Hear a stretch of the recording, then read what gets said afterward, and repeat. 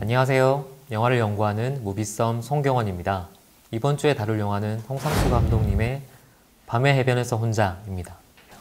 이 영화를 해야 되나 말아야 되나를 두고 굉장히 고민을 많이 했는데요. 제대로 얘기할 수 있을까에 대한 고민이 좀 많았고요. 사실 이만큼 흥미로운 텍스트도 드문데 또 한편으로는 이렇게 해석이 의미 없는 영화도 드물거든요. 그게 홍상수 감독님의 영화의 특징이기도 하고, 이 영화에 대해서만 얘기해라고 해도 몇 시간에 걸쳐서 얘기할 수도 있고요. 또는 그냥 한 줄로도 얘기를 할 수 있어요. 영화는 여러분이 보시는 대로 각자 느끼시는 바대로 보면 되는 영화입니다. 하지만 지금 주변의 반응들을 보시면 알겠지만 주변에 되게 다양한 반응들이 쏟아지고 있잖아요. 평단에서는, 해외 평단은 물론이거니와 국내 평단에서도 극찬이 쏟아지고 있죠. 베를린 영화제 여우주연상도 받았고요. 한편으로 대중적인 시선은 되게 불편한 영화와 현실이 겹쳐 보인다, 혹은 홍상수 감독과 김민희 배우의 어떤 스캔들 때문에 영화를 사생활과 분리가 안 되는 것 같다라는 시선으로 보는 시각도 있죠. 이에 맞춰서 또 언론도 이걸 약간 가십적으로 접근하는 면도 있어요. 어쨌든 이렇게 다양한 평자들, 대중들 혹은 언론들의 시선의 간극이 왜 발생하는지, 혹은 발생할 수밖에 없는지에 대해서 좀 얘기를 해볼 필요가 있다고 생각을 했습니다. 또 한편으로는 동시에 이렇게 재밌는 작업도 없어요. 어떤 해석을 갖다 대도 나름대로의 말이 되고, 혹은 자기 나름대로 어떤 관점과 시선이 열리는 영화이거든요. 영화 보기에 대한 어떤 철학적인 접근이 가능한 영화이고요. 그래서 지금부터 얘기해 드릴 거는 어디까지나 저의 해석이고요. 이게 정답이란 건 아닙니다. 다만 제가 어떻게 봤다는 거에 대한 근거를 좀 제시하려고 하고, 어차피 이 주어진 시간 안에는 모든 건 다 설명하는 건 불가능하기 때문에 가능한 한 포인트, 그러니까 영화와 현실이 어떻게 겹쳐지고 혹은 안 겹쳐질 수 있는지에 대해서만 얘기를 해보도록 하겠습니다.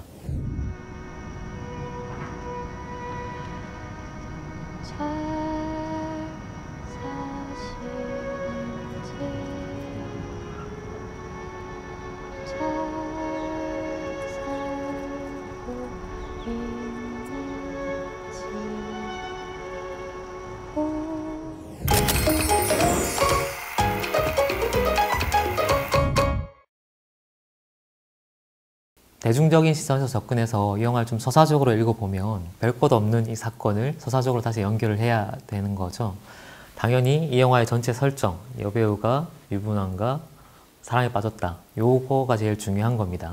이 영화는 확실히 영화를 영화로만 바라보기 힘들게 하는 멘트나 상황들, 대사들이 되게 많아요. 거의 홍상수 감독님의 자아분열이라고 봐도 좋을 정도로 사랑 혹은 여배우와 유부남의 연애에 대한 다양한 대사들과 반응들이 나오거든요. 어떨 때는 그거에 대한 지탄을 하기도 하고, 또 어떨 때는 변명을 하기도 하고, 누군가는 또 한탄을 하기도 하고, 누군가는 옹호해 주기도 하고, 되게 다양한 인물들이 서로 다른 입장에서 그 상황에 대한 말들을 쏟아내요. 의미부여하기 딱 좋죠. 매 대사가 사실 그 진짜 홍상수 감독님의 스캔들과 겹쳐 보이기도 하거든요. 외국에서 같이 지내고 있는 언니가 하는 대사를 들어보면, 영희가 남편하고는 언니는 잘 살았잖아 10년 넘게 라고 하면, 내가 잘 살았나? 그냥 필요해서 산 거지 원해서 산 건 아니야, 이런 대답을 한다든지.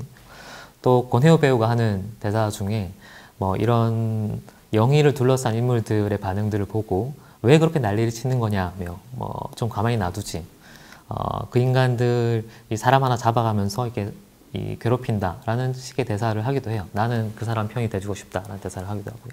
또 그 감독 역을 맡은 문성근 배우가 하는 대사를 보면, 감독님 영화 어떻게 찍으세요? 라고 하니까 늘 하던 대로 정해놓지 않고 쭉 가는 게 내 방법이다. 첫 장면 찍어놓고 거기에 따라서 쭉 이제 간다 라고 얘기를 하거든요. 누가 봐도 이런 식의 영화 찍는 건 홍상수 감독님을 연상시킬 수밖에 없죠. 실제로 부분 조각들은 그 홍상수 감독이라는 사람이 겪고 듣고 보고 느낀 것들의 조각들이에요. 그러니까 당연히 현실의 디테일들이 쌓이는 거고, 그런 것들을 통해서 이 영화가 현실을 반영하고 있다라는 생각을 할 수밖에 없게 되는 거죠. 이 영화에서 가장 중요한 장면을 두 개를 뽑자면, 1부에서 영희가 절을 하는 장면이 나오고요. 그리고 2부에서 영희가 그 봉봉이라는 카페 앞에서 담배를 피우고 있는 장면이 나와요. 이 두 장면은 다 예고편에 나온 장면이기도 하고요. 아마 사람들 보는 시각은 다 비슷한 것 같아요. 그게 뭔가를 주는 장면이기 때문에 예고편에도 썼겠죠. 그 두 장면을 놓고 이거를 홍상수 감독의 어떤 자전적인 고백 이야기다라고 해석을 하기 시작하면 다 말이 되게 해석은 할 수 있어요. 일단 절하는 장면은 굉장히 뜬금없거든요. 등장하는 타이밍이. 걸어가다 갑자기 절을 해요. 근데 그 장면을 보여줄 때 그 같이 가던 언니는 먼저 보내고 영희가 그 언니를 향해서 절을 하는 것처럼 구도를 잡아요. 당연히 누군가에게 사과를 하고 있는 것처럼 보이죠. 사죄라는 어떤 코드들이 들어가는 거죠. 그게 홍상수 감독의 또 현실과 겹쳐 보이기도 하고요. 실제로 이후에 이제 벤치에서 두 사람이 대화를 나누는데 영희가 절을 왜 했냐 갑자기 라는 질문에 내가 정말 원하는 게 뭔지 한번 다짐해보고 싶었다. 그냥 기도한 거야 라는 대답을 해요. 그런 대답들을 들으면서 아마 거의 대부분의 관객들이 영화 바깥, 그러니까 현실의 어떤 사건들과 연결시키려고 하실 겁니다. 당연히 그렇게 보이도록 만들어진 화면들이고요. 또 한편으로는 그 담배를 피는 장면, 그 봉봉 카페 앞에서 담배를 피는 장면을 보면 담배를 피면서 뭔가 노래를 흥얼거려요. 근데 그 노래 가사를 보면 누군가를 그리워하는 노래 가사인 거죠.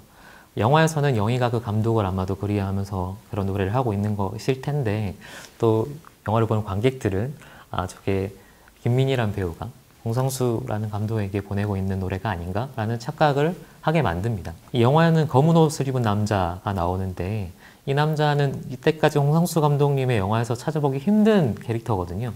굉장히 상징적이고 비현실적인 캐릭터예요.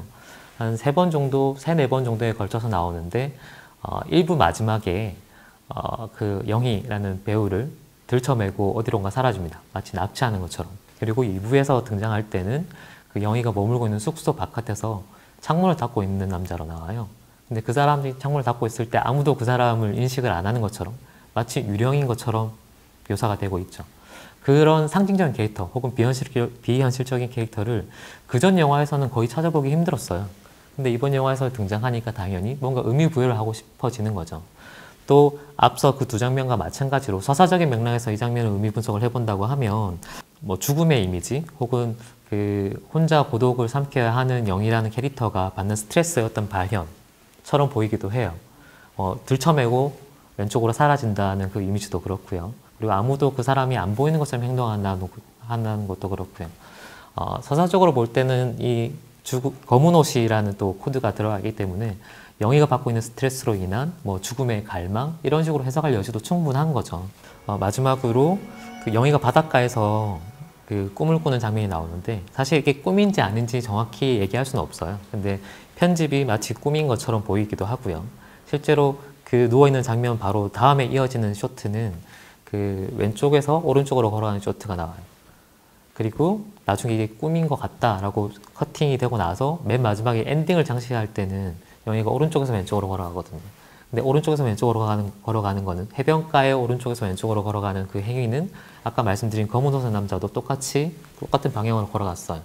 그쪽으로 걸어간다는 거 행위 자체에 어떤 의미를 부여할 수 있는 거죠.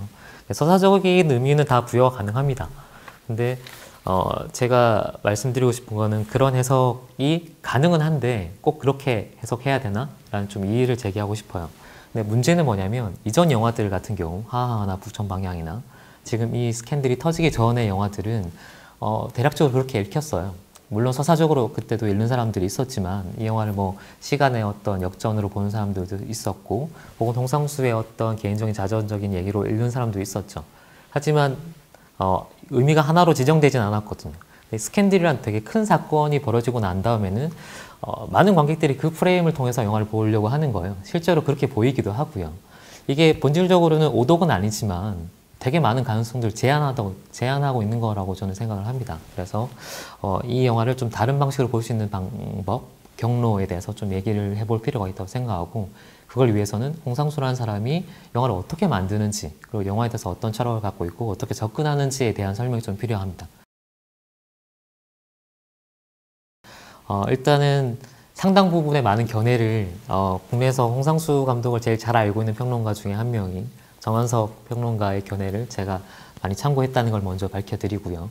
이번 기자회견 중에 되게 재밌는 일이 하나 있었는데 권혜호 배우가 이제 인터뷰를 하면서 나도 일부가 있다는 거 처음 알았다. 내가 찍는 장면이 첫 장면인 줄 알았는데 일부가 있다는 거를 이번 영화 보면서 알았다라고 말을 했어요. 뭐 그런 얘기가 나올 정도로 홍상수 감독님이 배우들에게 어떤 큰 그림, 정해진 시나리오를 제시를 하지는 않는 스타일이세요. 정말 그냥 그때그때 즉흥적으로 배우들도 정보를 모르고 심지어는 감독도 내가 어떻게 찍고 있는지 모를 정도로 즉흥적으로 찍어요. 근데 여기서 즉흥적이란 게 내 마음대로 찍는다는 건 완전 다르다는 걸 알아두셔야 되고, 근데 그게 즉흥적이라기보다는 되게 필연에 가까운 거죠. 이게 적절한 예인지 모르겠는데 제가 좋아하는 만화 중에 베가본드라는 만화가 있거든요. 그 만화에 짧은 철학에 대한 어떤 잠언 같은 게 나와요. 그게 뭐냐면 완벽하게 정해져 있기 때문에 완전히 자유로울 수 있다는 말이거든요. 어쩌면 이 말이 홍상수 감독의 영화에 굉장히 적절하게 들어맞는 것 같아요. 사실 홍상수 감독이라는 사람이 그리고 싶은 어떤 방향, 매 영화에서의 어떤 큰 흐름은 정해져 있어요. 이를테면 고독이라든지 뭐 인간의 솔직함이라든지 사랑이라든지 몇몇 큰 흐름은 정해져 있는데 그 길로 가는 방향들은 매번 즉흥적인 거죠. 매번 어떻게 열릴지 모르는 거예요. 그게 완전히 자유로운 거죠. 외국 강연 중에 홍상수 감독님이 삶의 실체 혹은 뭐 지각에 대해서 질문이 들어왔을 때 이렇게 대답을 했다고 해요.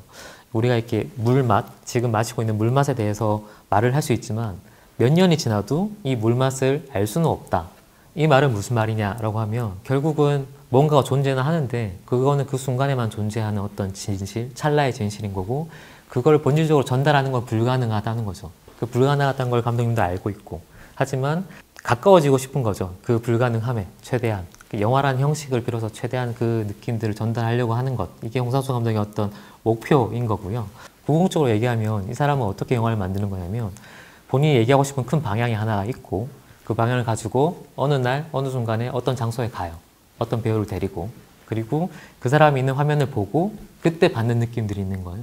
그럼 그때 받는 느낌들을 화면에 옮기는 거죠. 이게 어떻게 보면 즉흥적이죠. 하지만 한편으로는 이거는 그때만 허락된 유일한 진실, 완벽하게 결정되어 있는 어떤 상태인 거예요. 그럼 결정된 상태를 꺼내는 게 중요한 거죠. 감독의 역할은 그걸 잘 꺼내는 사람이라고 보는 거거든요. 그걸 위해서 홍상수 감독은 몇 가지 원칙들을 지켜나가는 연출들을 했습니다.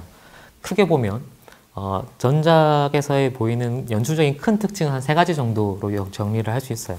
하나는 시간을 겹쳐놓는 시간의 중층성, 그리고 하나는 뭔가 다른 세계와 접촉시키는 뭐 꿈이라든지 뭐 이런 경계의 흐름을 보여주는 것들, 그리고 하나는 보이스 오브 나레이션을 쓰는 건데요. 이거는 기술적인 부분들인 거죠.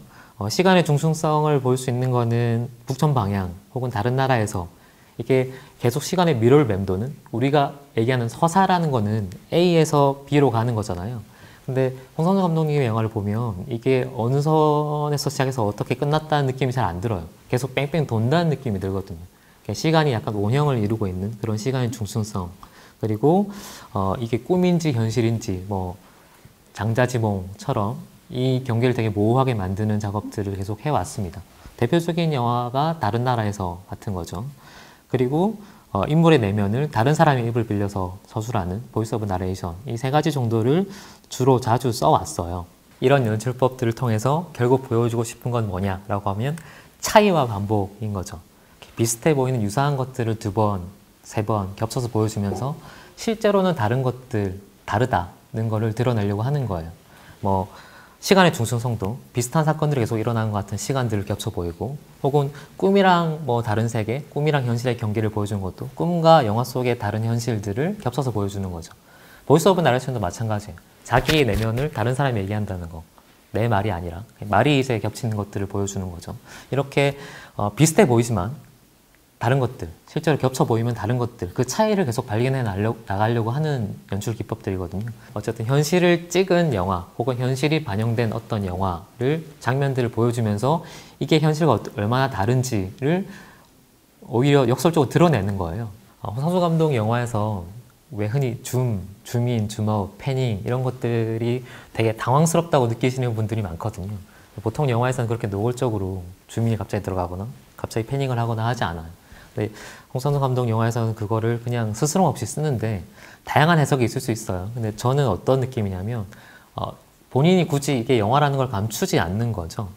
그런 식의 갑자기 들어가고 나가고 화면이 돌려지고, 그리고 누가 이 화면을 돌렸는지를 모를 정도로 뜬금없는 화면들을 보여줘요. 근데 그 뜬금없는 화면이 그 순간에 홍상수 혹은 그 손에 카메라를 든 사람한테는 가장 중요한 어떤 감흥을 주는 화면이라는 거죠. 거기에 대해서 해석은 각자 나름대로 하세요 라는 거예요. 이거는 서사적인 인과관계 문제는 아니에요. 그런 의미에서 다큐가 아니다라는 게 되게 중요한데, 아까 차이와 반복이라고 했잖아요. 영화라는 장면과 현실과의 차이를 드러내주는 되게 중요한 지표 중에 하나가 그런 기술적인 거고, 홍상수 감독의 영화 전체에서는 영화 구조적으로 혹은 장면 장면의 유사성들을 발견해 나가는 거고, 영화와 현실의 관계에서는 우리가 바라보는 현실, 그리고 홍상수라는 사람이 바라보는 현실, 그리고 영화라는 형태로 재현되는 어떤 매개, 이 차이들을 계속 발견해 나가라고 유도를 하고 있는 영화예요. 이 사람한테 중요한 거는 내가 느낀 진실이라는 거죠. 그 순간, 그 화면, 혹은 그 찍을 때 상황에서의 내가 느낀 진실이 굉장히 중요한 거고, 이걸 정한석 평론가는 되게 재밌는 비유를 들었었는데, 김훈 작가는 카레 노래에서 그 버려진 섬마다 꽃이 피었다 이 문장을 적을 때 꽃이 피었다고 할까, 꽃은 피었다고 할까 갖고 굉장히 고민을 했다고 하잖아요. 이 김훈이란 사람한테는 꽃은인지 꽃이인지 이게 되게 중요한 거예요. 정답이 사실 있는 거죠, 본인 안에는. 근데 홍상수 감독님이 그 똑같은 상황에서 한다고 하면 이 홍상수 감독은 어떻게 반응하냐면, 꽃은 꽃이 뭐라고 불리든 간에, 심지어 그게 꽃이 아니라고 상관없고 내가 그 꽃을 사랑하는 거죠 라고 대답을 했다고 해요. 이 상태인 거죠. 그러니까 그 대상이 어떤 형태인지가 중요한 게 아니고 그 대상과 내가 느끼고 있는 반응, 교감이 중요한 거예요. 어떤 의미에서는 홍상수 감독의 영화는 모든 순간들의 반응들을 담아낸 거예요. 단 그거는 본인의 반응인 거죠. 본인과 배우와 화면과 그리고 그 순간에 어떤 주어진 날씨, 상황들에 대한 반응. 그러다 보니까 이 영화는 굉장히 솔직해요. 우리가 흔히 영화가 어떻게 찍어지냐라고 하면 서사 영화에서는 이야기가 있죠. 시나리오가 있어요. 그 시나리오를 장면이라고 설명되는 이 그림으로 옮기는 거죠. 그리고 그 그림을 보고 우리는 다시 그걸 이야기의 형태로 받아들여요. 어떤 얘기를 보고 왔습니다라고 기억을 하는 거죠. 근데 홍상수 감독의 영화에 예를 들면 이야기가 아니고 추상적인 어떤 감정이 있는 거예요. 혹은 추상적인 반응이 있는 거죠. 이 영화에서는 고독이겠죠. 사랑에 대한 고독인 것 같은데 어떤 반응이 있고 그거를 홍상수 감독은 자기 나름대로의 장면으로 담아냈어요. 그리고 그 장면을 보고 우리는 각자 그 추상적인 어떤 반응들을 받아들일 수 있는 거예요.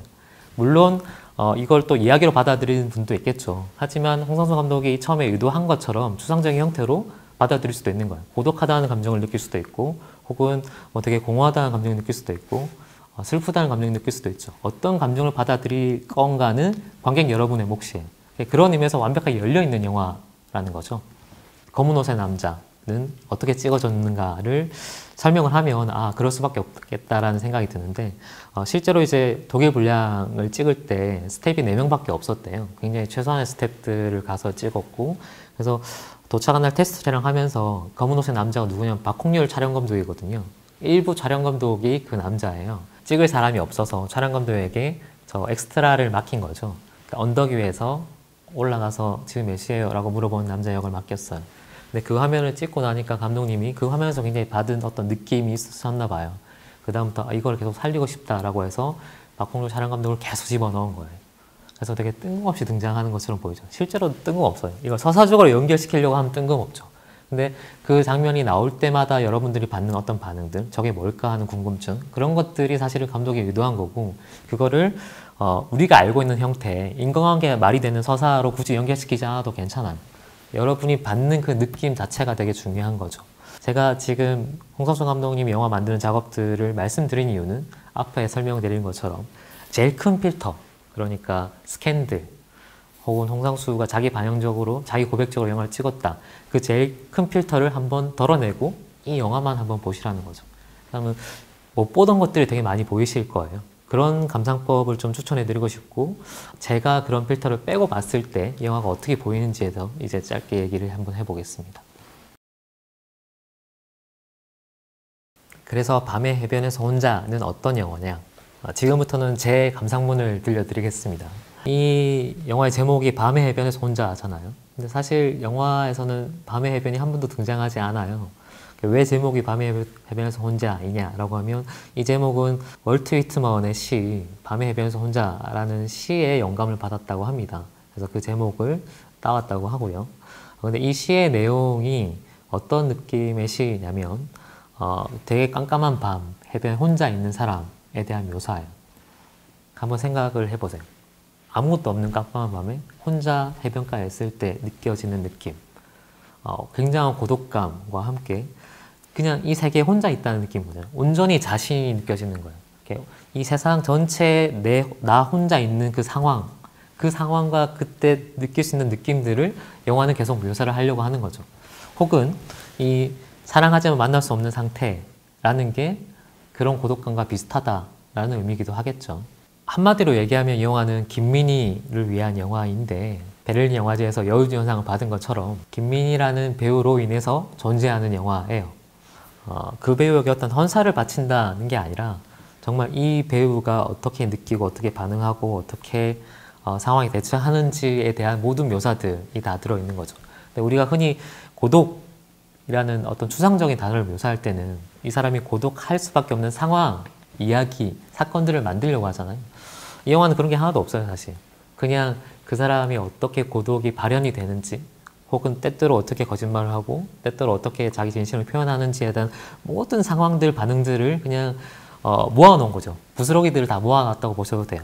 그래서 이 김민희라는 여자는 어쩔 수 없다는 걸 알면서도 기다리고 또 기다리다가도 되게 답답해하고 그리고 때로는 가식적인 인간들한테 되게 소리도 치고 고함도 지르고 되게 다양한 모습들을 보여줘요. 감정의 기폭들을 보여주죠. 근데 그런 것들이 사랑에 대한 허기이기도 하고 고독함에도 되게 필사적으로 뭔가 저항하고 있다는 느낌이 들기도 해요. 영화적으로 약간 표현하면 이 상태의 묘사는 감정의 오르내림의 묘사는 약간 음악적이기도 하거든요. 차라리 이 영화는 서사적이라기보다는 음악적이라는 표현이 훨씬 맞을 것 같고 이 내러티브 영화에서 보여주는 편집의 리듬들과는 다르게 굉장히 음악적인 리듬들을 보여줘요. 좀 다른 표현을 하면 약간 시간의 흐름, 시간의 호흡이라고 해도 좋겠네요. 그런 것들이 김민희라는 어떤 존재, 김민희라는 여배우의 연기력을 통해서 이제 표현이 되는 거고 여기서 얘기한 연기력은 또 우리가 알고 있는 형태의 서사를 정확히 전달한 형태의 연기랑은 또 다른 건 거죠. 아마 이 김민희라는 배우도 홍상수 감독과 마찬가지로 그때 그 상황, 그때 주어진 상황, 그리고 상대 배우의 반응, 날씨, 그때 공기, 온도 이런 것들에 반응해서 나온 어떤 자연적인 반응들을 뽑아내는 걸 거예요. 실제로 카메라가 찍고 있지만 본인을 타이트하게 찍는지 줌인을 하는지 줌아웃을 하는지 아무것도 모르는 상태예요. 그냥 정말 그 상황에 빠져들어서 그 상황에 최선을 다한 거짓말 안 하는 연기를 하는 거죠. 그런 의미에서의 또 연기가 솔직함이라고 할 수 있고요. 근데 좀 재미있는 대표적인 대사들 몇 가지 꼽아보면 김민희가 이제 사랑을 어떻게 찾냐 보이지가 않는데 보이지 않는 거를 보여야 어디 가서 찾기라도 하지. 그리고 또 고함을 지르면서 이해도 못하면 입 좀 다무세요 이런 고함을 지르기도 하거든요. 그런 대사들이 한편으로는 홍상수 감독님이 되게 솔직한 고백일 거예요. 결국 홍상수 감독의 영화는 보이는 것들을 통해서 보이지 않는 것들을 표현하고 싶어 하는 영화거든요. 근데 지금 여기서 표현해야 되는 거는 보이지 않는 어떤 사랑을 표현해야 되는 거고 근데 표현하려고 하니까 힘들잖아요. 괴롭고 그런 상황에서 나온 어떤 절박함, 절절함들이 김민희의 어떤 절규를 통해서 표현이 되는 거죠. 형상화가 되는 거죠. 예를 들어서 초반에 다리에서 갑자기 절을 하고 들어가는 그 장면 같은 경우는 사실 이전까지는 나오지 않았던 되게 상징적인 어떤 장면처럼 보이거든요. 그래서 상징처럼 읽고 싶어요. 근데 저는 그 장면을 딱 봤을 때 먼저 눈에 들어왔던 거는 그 호흡을 한번 끊어가는 한 사람은 가고 한 사람은 멈춰있는 그 장면이 하나의 뭐랄까 적모라처럼 보였거든요. 이 영화는 두 가지 운동이 있어요. 이 자리에 멈추려고 하는 사람과 그리고 앞으로 나가려고 하는 사람. 그게 시간일 수도 있고 세월일 수도 있고 혹은 사랑일 수도 있죠. 어떤 두 존재가 이제 대립하고 있는 영화인데 그 장면을 상징적으로 보여준 거죠. 그 장면이 지금부터 계속 반복됩니다 라는 어떤 신호로 보였어요. 사랑이 사실 되게 많이 떠나가 있는 상태인데 다시 돌아오지도 않고 기다려주지도 않고 또 그런 상황 자체를 압축적으로 묘사하고 있는 장면이 아닌가라는 생각이 들었고 실질적으로 그 장면부터 이제 영화가 시작되는 거죠. 이 장면에 극단적으로 얘기하면 반복, 뒤에는 이 상황의 반복 혹은 이 감정의 반복인 것 같아요. 네. 저는 그 봉봉 앞에서 담배를 피우고 있는 김민희의 그 장면에 완전 마음을 뺏겼거든요. 근데 이건 어쩌면 개인적인 어떤 체험일 수도 있어요. 제가 그 장면에 마음을 뺏긴 것 자체는 그 장면에서 되게 놀라웠던 거는 이게 기본적으로는 선배를 기다리는 시간이잖아요. 그런 선배를 기다리는 물리적 시간이 있고 그리고 멀리 있는 감독을 그리는 어떤 마음이 있겠죠. 물론 대사로는 나오지 않아요. 그냥 추측, 짐작을 하는 거죠. 그런 마음이 다른 곳에 가 있는 어떤 시간, 그런 것들이 한 장면에 동시에 한 장면에 담겨 있는 거예요. 어떤 의미에서는 서로 다른 시간들이 한 장면에 담겨 있는 거죠. 저 같은 경우는 그 서로 다른 시간에 섞여 있는 상태가 아마 제가 경험해본 어떤 누군가를 그리는 마음과 굉장히 흡사하다는 느낌도 들었고요. 딱 그 순간만 잘라서도 영화가 가능하다, 영화가 된다는 느낌이 굉장히 놀라웠어요. 그런 의미에서는 이 영화는 굉장히 파편화되어 있기도 하지만 또 매 순간순간, 매 쇼트가 사실 한 편에 독립된 영화라고 볼 수 있을 정도로 어떤 감흥들을 자아내는 거죠. 중간에 잠깐 주민이 들어가는 순간이 있거든요. 그 주민이 들어가는 타이밍도 뭔가 계산이 돼 있거나 이때 주민이 들어가서 어떤 의미를 부여하거나 하는 것 같지는 않아요. 그러면 그때의 감흥인 거죠. 그 김민희가 부르고 있는 노래, 그 화면과 감독 공상수의 어떤 반응들이 그냥 그 자리에 그대로 묻어나 있는 거라고 볼 수 있는 거죠. 어떤 의미에서는 잉여라고 생각되는 장면들, 필요 없다고 생각되는 장면들이 이 영화에서 제일 중요한 장면들이거든요. 영희라는 여배우의 쓸쓸함이라는 서사가 중심이라고 하면 쓸데없는 장면들 되게 많아요. 지금 말씀드린 그 결정적이라고 하는 두 장면도 사실 쓸데없는 장면 중에 하나죠. 서사적으로 뭔가 설명하는 것가 아니기 때문에. 근데 그런 열려있는 시간 혹은 현실의 틈이라고 해야 되나요? 삶의 사이사이에 있는 조각들, 우리가 뭔가 사건이 있고 그 사건 연결시켜져 나가는 되게 뜨는 시간들 있잖아요. 소위 말하는 멍 때리는 시간. 근데 그 시간이 사실 삶을 채우는 시간들이거든요. 영화는 거꾸로 그런 것들 좀 틈을 비집고 들어가려고 하는 영화예요. 일부러 그런 틈들을 계속 주는 거죠.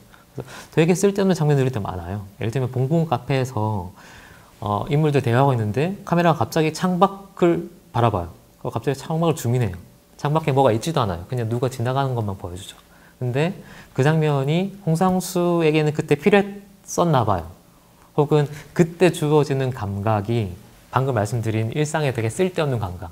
이를테면 우리가 이렇게 보다가 갑자기 문득 옆을 볼 수도 있잖아요. 갑자기 멍 때릴 수도 있거든요. 그런 순간들이 영화에 실제로 주어지는 거예요. 근데 아까 처음에 말씀드린 것처럼 그게 똑같이 현실과 같냐라고 하면 다르죠. 영화는 현실을 최대한 어떻게 보면 모사를 하고 있지만 현실과는 달라요. 그 차이들이 사실 이 영화를 영화로 만들어주는 어떤 근본적인 요소들인 거죠.